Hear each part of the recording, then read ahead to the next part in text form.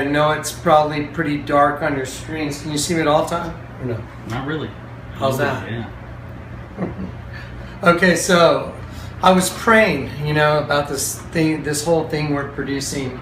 And I pray a lot, and I ask the Lord, what do you want me to do? And He shows me.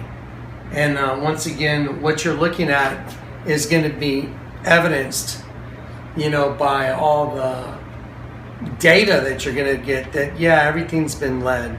Everything that you're receiving is by an orchestration, and that's one thing I want to show to you and for you to take hold of. So, I showed you, this is where we're shooting in the art gallery. Todd, just take a spin and get everything without any of the colored lights on it.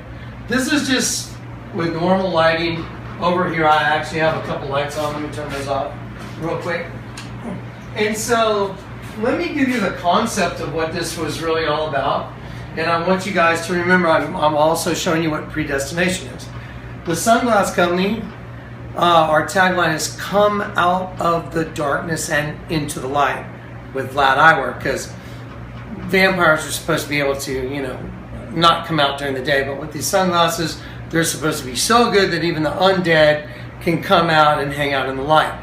That was the premise of the sunglasses. That's what I used to do before I got saved. So I want you to consider this. I also am an artist, and I was doing artwork, and I developed this art, and I don't even know how it came around, that I would use light as a medium in art. Now, as we're doing this, I'm going to turn the lights down, let Todd just, look at those walls, and without light on it, it's really, even with white lights on it, it's not that really big of a deal. It's not that revealing. But I want to show you now what the point was for this. And I want you to consider this. Just think of the scriptures.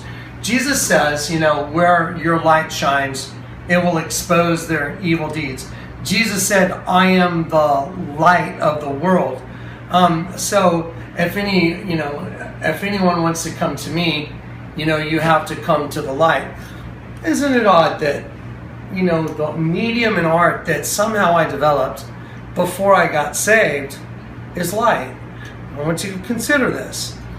The mystery that's been revealed through this, ministry is given by the light. Jesus is the light. He's the light of the world. So the light working through a human being is what makes manifest what's hidden in darkness. I think it's fascinating that the medium itself is light. Now I want to show you the idea so you can try and wrap your brains around this, because the Lord put it on my heart. Let Him see your artwork. Okay, I always do what He says. And so He put it to me, let them see your artwork now. And sometimes I think the requests that I get are odd, but I always do what I hear. And so I was with Todd and I heard that and said, okay, I'll do it. So let me just kind of give you the concept. Different colored lights are going to light up different images. And the different lights at different directions create depth in the artwork. And when it's dark, it brings it out in the foreground. So what happens is, in each location, there are what are called primary images. I will carve an image of a crucifixion. And if you look right here, I'll give you a very simple one. Here's the top of a head of Christ. Here's like the hairline right here. The nose, the beard right here. The shoulders going out. The muscles in the shoulder right here going out. And then the chest right here. You can see the curves, the grinder marks. And the stomach, the buttocks, the knees. Here's a bent knee going down right here. So there's one angle from this direction. And then there'll be another angle of another crucifixion with the head up here and the shoulders up here. And there's another head up here with the head going straight down where you wouldn't see any of the face. So there's all these different angles. Now think about this. This is consistent through all the artwork. And what I mean is one thing turns into another, turns into another, turns into another. And when you're looking at particular parts of the artwork, something that might be, let's say the wing right here. Here's an angel. So this angel's head right here, here's the wing going back. Well, this wing, if Todd steps further back, becomes a mountain. And this becomes the top of the mountain, and it goes down like this. And the other wing, here's the top, the bent wing. The line of the wing coming down turns into a mountain range coming down into a valley with a stream. and stuff like this. So the point is this. You can't really tell what any of it is. It just looks like a bunch of grinder marks. And you can't really see a whole lot. But now when we apply light to it, it tells a story. And that's what it's like. What? Wait till you see the story this tells. And don't forget, I had never read the Bible. Never. Never read it. Maybe opened it maybe once or twice in my life. And I did all this right before I got saved. So let's go ahead and view the artwork now. And I'll just show you what you're looking at. I'm going to turn on one set of lights right here. And I'm going to turn off this overhead light. And I'm going to start giving you the concept of what some of this stuff is. We're not going to worry about these. We're just going to stick with the metal stuff. Right here, what you're looking at, this is the logo for my company. Is that easy to see, Todd, or do I need to get a light on it? I can see it. There. That's much better. Yeah, how's that? That's a V with fangs, and there's a bat underneath it, okay? So, and then as we go back, now Todd can go back, you know, there's clouds up here, and there's actually going to be myriads of angels in these clouds that are up here, but I'm going to have to change the lights. As you come down here is a crossbar, and there's a crucifixion of Christ. Here's his head. This is his hair coming down. This hair coming down his shoulder. Here's his mustache and his beard. And this is his nose, his eyes in here. And so it's a side view. Here's his pectoral muscle. Here's his side and his ribs. Here's his waist. Here's, you know, would be his buttocks going down to his thighs and his knees right here. Now here's the thing. He's crucified, but these are flames. These are all flames going up. And here's Christ crucified on the cross. And this represents the crucifixion. And now remember the enemy turns everything upside down thing I told you about? Well, isn't it odd that my logo is a pyramid, but it's upside down? And if you continued these lines of the fangs, it would be a pyramid with a circle. So it would be a pyramid with an upside down circle like the sun rising over that pyramid. A bat. A bat is something that can see in the dark. I just thought, wow, it fits. It's an amazing logo. It really is for a sunglass company. So anyway, so now I'm starting to show you what's going on. Now I want to show you up here. Let's go up here, Todd. Okay, these little beings, these are heads of people. Okay, and this, you can see the blue in here. This is water going this way. And this represents the way water shimmers off. You know, light shimmers off water going down, going down. Well, there's all these different images of the crucifixion in here.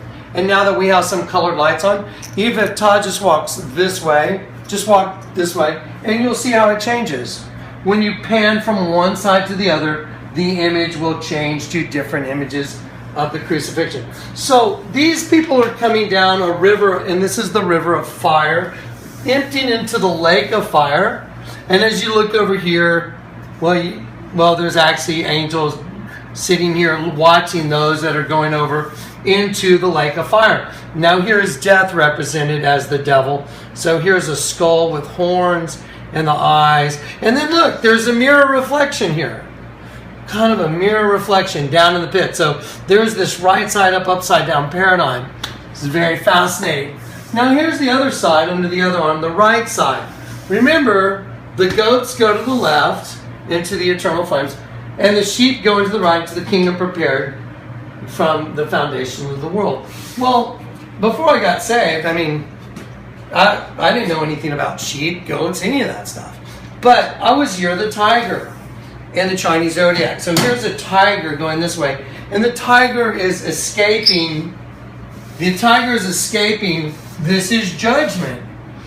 And the tiger is escaping the judgment that's happening. And now I want to turn on some more lights and start giving you guys a little more to look at. So I'm going to turn on another set of lights. And so I'm going to turn this one on right here. I want to show you guys a very special light. The other day, I had to get this light. Mine that I had, something happened to it, the wire broke. And so I didn't have this big can, and it's called a wash. It washes out, you know, the scene. And I can light up one specific part very well with a big light like this. Well, I want you to look right here. This came with the light. And this was, I had a friend helping me with this. And we'll probably put a little video in there. This is a snare. This is some used to catch an animal. You set it on the ground and you pull the loop through it and you set a snare, and then an animal steps in it and it grabs the animal and pulls the animal up off the ground upside down. Well, it came with this light as a safety mechanism to keep the light from falling. That's why it's here. But when I put this light up, my friend said, Randy said, "Hey Johnny, there's a snare in this light." And I said, what are you talking about, a snare? He said, "There's a snare in here." And I went, "Wow, that sure is a snare." Well, I'm going to show you something very odd. The light, this big light that has the snare attached to it, we bought this specifically to light up that part of the metal. That part of the metal is Jesus coming on the clouds of heaven with a myriad of angels. And so what I'll do is I'll go over there and start showing you where you can see that. So right here is the head of an angel. These are the wings going out and coming down. Up here you'll see the shapes of angel wings. Just, there's a bunch of little wings, like an army of angels coming behind this angel. And then right here, if you'll go back and you'll have to pan side to side to get this. Here's the head of Jesus and the eyes and the mouth and the beard. And here's his hair coming down in his shoulder. And there's his arm going out. And here's a sword drawn. A sword drawn. And he's coming to judge what's over here. I think this is, look at the colors in this artwork. Now, I want to ask you a question. Just be honest. Do you think it's weird that when I'm putting up this artwork to display it, the light broke that lights up this part of it, and I needed a big light, and that when I bought that light, there was a friend helped me put it up, and he goes, "Johnny, what's this? It's a snare. Doesn't Luke 21 say, and the very powers of heaven will be shaken, and the Son of Man will be coming on the clouds of heaven with power and great glory. When these things, or men's hearts will fail them for fear, looking after those things they see coming on the earth, for the very powers of heaven will be shaken." Doesn't it say it will come as a snare? That's what the Bible says. I don't know. I thought it was weird that the very light that was lighting this part up had a snare in it. What are the odds? So now let's continue looking at it. So here's Jesus, myriad of angels, sword drawn. And in front of Jesus are all these meteors, fire coming from heaven to destroy this. Well, Todd, why don't you come get an image from right here? I want to show everybody the way this works. We're going to do a tight shot on this. So this is going to be very interesting because we just talked about this. Go over that way and you'll get it real easy. Okay, there's a circle right here. Can you see the circle? See the circle right here? This represents the sun. And these represent the rays of the sun coming out of the sun. Well, it also represents something else. It represents the female egg. And it represents sperm trying to fertilize this egg. And don't forget, I did this before I got saved. I had no idea why I was doing this. And everybody was asking me, where did you come up with this idea? And I said, I don't know. I'm just going with it. It's really cool. Look at the colors. And everybody was freaking out. How did you think of this to use light as a medium? And I said, honestly, I don't know. So let me show you something else. So right here, remember, this is the sun coming out to destroy all this. And then these are the planets, and these are meteors coming in. And this is the planet Saturn, and there's a ring around Saturn. But I want you to follow this ring. It turns into a giant serpent like this. Oops. Turns into a giant serpent like this coming down. Here's the head of the serpent. And these lines represent like a palm tree, the trunk. And there's a woman down here with her head, her back, and that's her buttocks, and her leg going out. And the serpent's coming down on top of her. And I think when you see the reality of just what's in the scriptures, you're going to go, that's pretty impossible. Now let me show you something else. This area right here is very, very important. I told you how this angel, there's an angel over here too. Here the wings are coming down from heaven, landing. another angel coming down, landing from heaven. And this angel's wings make mountains that are coming down, and this is a stream. I'm going to turn on another set of lights right now. There we go. Now, Todd, if you come back, we can get the whole picture. Okay, now, let's see. Let me see. Okay, there we go. So now, we have this serpent that's coming down out of Saturn. It's funny because Saturn, I've come to find out, it represents Satan in the celestial, nomenclature. Saturn and Satan. It's also an octagon, I guess, or a hexagon on Saturn. But I want to show you this. So the angels are coming down and they're landing. And when they're landing, they're coming from heaven, they're landing on earth. That's what this represents. These angels coming down from heaven, they landed on earth, and they fertilized eggs. And here is the scene that shows the fertilization of those eggs. Now, it is what it is. This is a guy's head right here. And here's his shoulders and his back. And here's his buttocks. He's naked. And his shoulders coming out, his arms reaching around. This female in front of him, here's her head. There's her back and her hips. Here's her leg and her buttocks. And they're having intercourse. And so, angels are coming down from heaven. And they're breeding with women, fertilizing eggs. But also at the same time, you got Jesus coming on the clouds of heaven with fireballs, destroying the fertilization of the egg and destroying this fornication thing, all at the same time. Now, what's really interesting, and we're going to touch on this later because it's going to become probably very, very significant, is this. Now, the lights that go in here are not operational yet, but I carved these as these are aliens. These are all like serpent aliens, and they're coming through portals. They're coming through portals. And that's what all this artwork represents. And this is what I was doing in 2001 before I got saved. Also, this right here, this statue right here is, we showed it to you earlier. And let me try and get the light to stay on it. It represents a fallen angel. And this is a knot in the wood. This is supernatural. There's no way a knot could be in the wood right there. And it looks like tears dripping down onto the shoulder, just like the hieroglyph.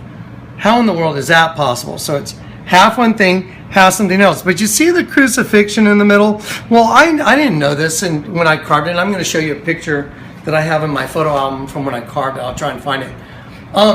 Did you know that Ephesians 2, do you know what it says? It says, He Himself is our peace, Jesus, who has broken down the middle wall of partition between the two. His purpose, destroying the enmity, the law and its ordinances. His purpose was to create one new man from the two. And isn't it odd that I would carve something that's a perfect representation of Christ crucified between two different halves? Don't you find that odd? That before I got saved, I had a sunglass company that said, come out of the darkness and the light. It was vampires for creatures, supernatural creatures that fed off their own kind. Wow.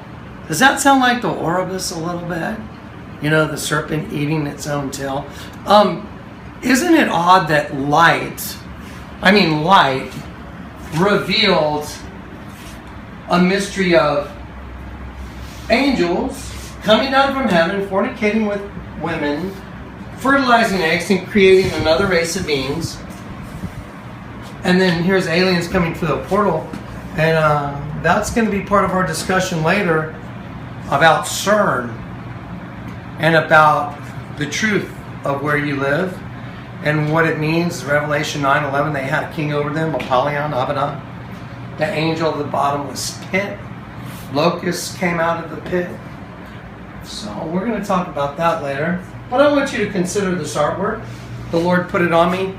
Show everybody your artwork. I also want to show you over here. This is absolutely something that I didn't know what to do with this wall because it used to be outside. And the Lord very specifically said, make it a cityscape of New York. This is the One World Freedom Tower. This is a building.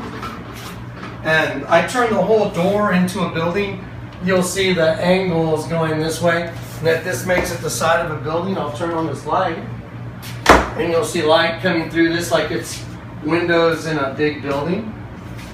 So then I told y'all may or may not know this, that I had a baptismal given to me the other day from, I inherited it from Peter Kleck.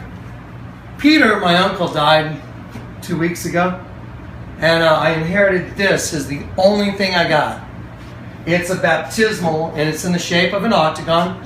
By the way, CERN's in the shape of an octagon. By the way, octagons are the first thing I started carving out of metal, and they look like portals. As a matter of fact, that's what I used to do, was sit and look into them for hours and hours and hours, and look at all the different images I would carve coming through the portal. That's why I carved octagons.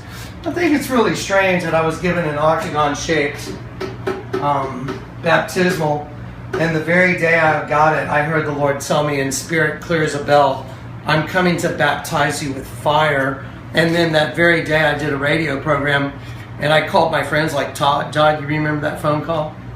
Yes. Yes. And I called several of my friends. I heard the Lord say, I'm coming to baptize you with fire now. And I was like, that is so crazy. I got a baptismal. And guess what? I went in my room and I opened up my YouTube link, because my friend was supposed to post something for our radio show notes. And right there was an image of Jesus in a portal of fire with Shadrach, Meshach, and Abednego. I was like, oh my gosh. I literally was on the phone telling my friends, this is what I heard the Lord say. So anyway, so here's New York. Here's this baptismal that is octagon shaped. Let me show you the very first octagon I ever carved. Since we're just doing like a little art show, let me show you this. That's a stop sign. It's 8-sided. 1, 2, 3, 4, 5, 6, 7, 8. And it says stop. It's a stop sign. And there's right side up and upside down skulls. Right side up, upside down. Right side up, right side up, right side up, upside down, upside down. So, why in the world did a guy that owned a sunglass company that was a pro skydiver, pro sky surfer, just freak out and go on this art run where I got an art studio and all I did was produce art? That's it. That's all I did, that and jump out of planes. And then, guess what? I got saved. Then the Lord called me. And so we're going to go off to the races on this next section we're going to do on video for you guys is going to be called The Seed. The Seed. That's going to be the next chapter in this video. So this is my art gallery. The Lord told me to show it to him now. He always has purpose in what he does. So now I've shown it to you. And now you know a little history about Jonathan Kleck and what he was doing before he got saved and how odd this is when you put it together with all the other information you're going to get. And then we're going to do the next chapter is called The Seed. Here you go.